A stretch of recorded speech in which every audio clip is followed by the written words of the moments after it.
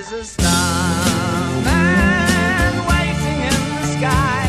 He'd like to come and meet us, but he thinks he'd blow our minds. There's a starman waiting in the sky. He's told us not to blow it, 'cause he knows it's all worthwhile. He told me, let the children lose it, let the children use it, let all the children do it.